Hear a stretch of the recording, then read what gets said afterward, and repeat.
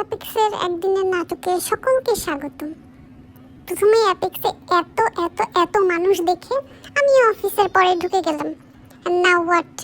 C, এগুলো কি কি কি ভাই? যাক গিয়া, মানুষের অনেক টাকা, এই জন্য কিনতে আসছে। আমিও একটু দেখে যাই, আর আমার সাথে তোমরাও একটু দেখো। এই যে হোয়াইট শোটা একটু কিউট কিউট লাগছিল। তারপর আমি আরও দেখানোর চেষ্টা করছি। যদি তোমাদের কোনো একটা পছন্দ হয়ে যায় তাহলে তোমরা গুলশান ব্রাঞ্চ থেকে নিতে পারো।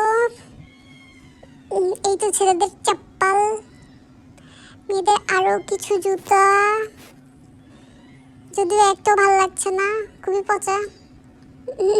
Sorry apex, don't mind. এটা একটু সুন্দর, কিন্তু এটা যদি আমি নেই, এটা দিয়েই আমাকে চড়ানো হবে, সো আমি নিলাম না।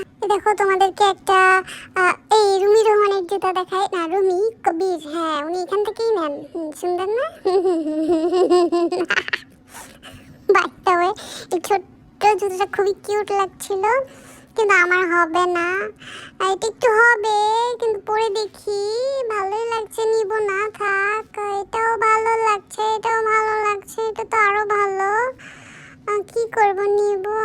নিলে যদি আবার থাক, ঠিক আছে, একটু দেখি পরে, ভালোই লাগছে।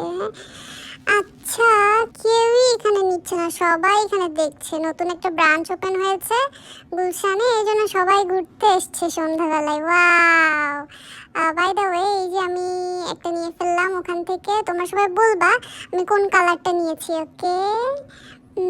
কারো টাকা খরচ হলো না, শুধু আমারই হলো। বাই দ্য ওয়ে, বাসায় চলে যাই।